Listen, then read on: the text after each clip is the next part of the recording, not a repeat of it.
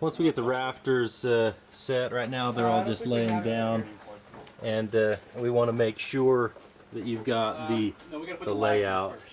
So you've got the layouts on the end here, and then we've made a mark here to where it slides over flush with the to this beam. It's 14 inches back from this edge. Yeah, so on this one here we're going 14 inches past.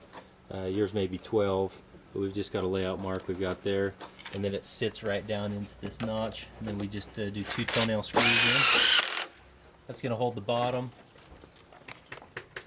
You can see there on the is sitting down in that notch layout there.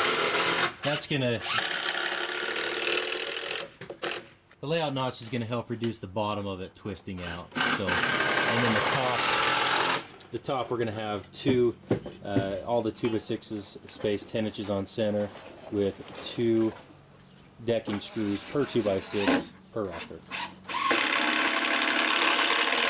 So that really locks in the whole roof and gives it the shear value.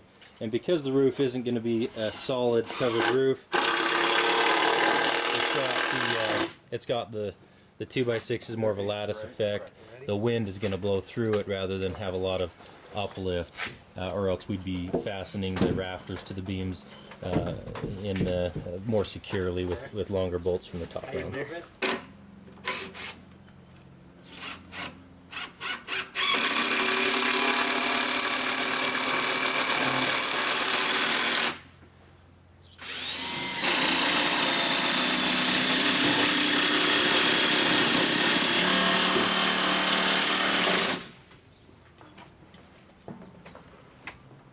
There.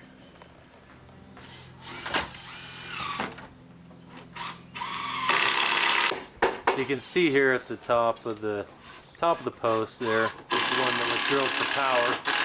We've got all 4 lags into the post from the beams. We've got our layout board here, or our layout rafter here on the end.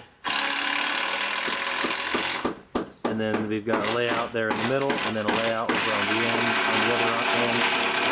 And it looks like they're ready for 2x6s here that they're going to start pulling up and putting on each of these layouts. So here we've got the roof. The 2x6s laid out. They're not all screwed down yet. They're just spaced on the layouts. We'll start over here on one side, make sure that the 2x6s are equal, hanging over the ends equal distances, and then we'll begin to fasten the 2x6s with 2 decking screws per 2x6 per rafter. So it really locks in the whole roof very well, and that's going to give it a lot of the shear value, and then the roof should be completed.